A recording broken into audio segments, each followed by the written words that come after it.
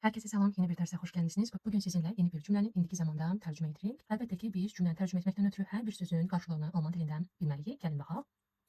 O, burada biz kişini də nəzərdə tuta bilərik, qadını da nəzərdə tuta bilərik. Mən kişi deyib yazmışam.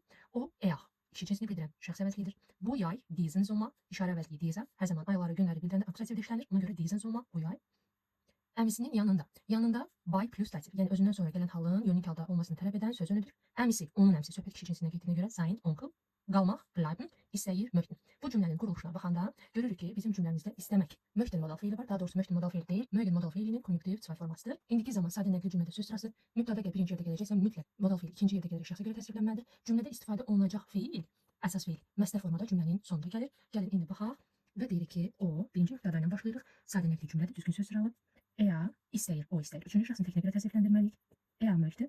Daha sonra əgər cümlədə zaman varsa zaman gəlir. Diesen Sommer.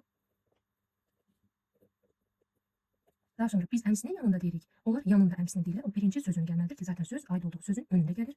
By. Əmisi sein onkel idi. Artıq by plus dativ olduğuna görə biz onkel sözünü yerlik əvəzliyi ilə dativ yonik halında hallandırmalıyıq və deyəcəyik ki, by seinem onkel bleiben. O, bu yay əmisinin yanında qalmaq istəyir. Cümlədə istəmək modal feili ikinci yerdə gələrək üçüncü şəxsin təklinə görə təsvirləndi.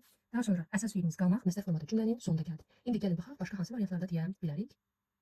İkinci variant birinci yerdə zamanı gətirdik. İkinci yerdə yenə feilin təsvirlənən hissəsi olduğu kimi qaldı. Üçdə mübtəda. Mübtəda ilə zaman yerini dəyişdirdi. Digər cümlə üzvləri isə olduğu kimi qalır. Diesen Sommer möchte bei seinem Onkel bleiben. Bu yayı o əmisinin yanında qalmaq istəyir. Başqa bir variantda digər variantda isə başlayırıq bei seinem Onkel əmisinin yanında, yəni yer sərfliyi ilə.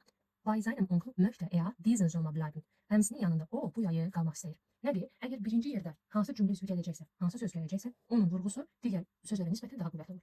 O bu yayı əmisinin yanında qalmaq istəyir, bu yayı o əmisinin yanında qalmaq istəyir, əmisinin yanında o bu yayı qalmaq istəyir. Nə etdik? Biz modal feillə aid olan cümləmizi indiki zamanda şəxsə görə təsvirləndirərək tərcümə etdik. Bugünlük bu qədər. Hər kəsə təşəkkür edirəm. Növbəti videoda görüşənədək hələlik.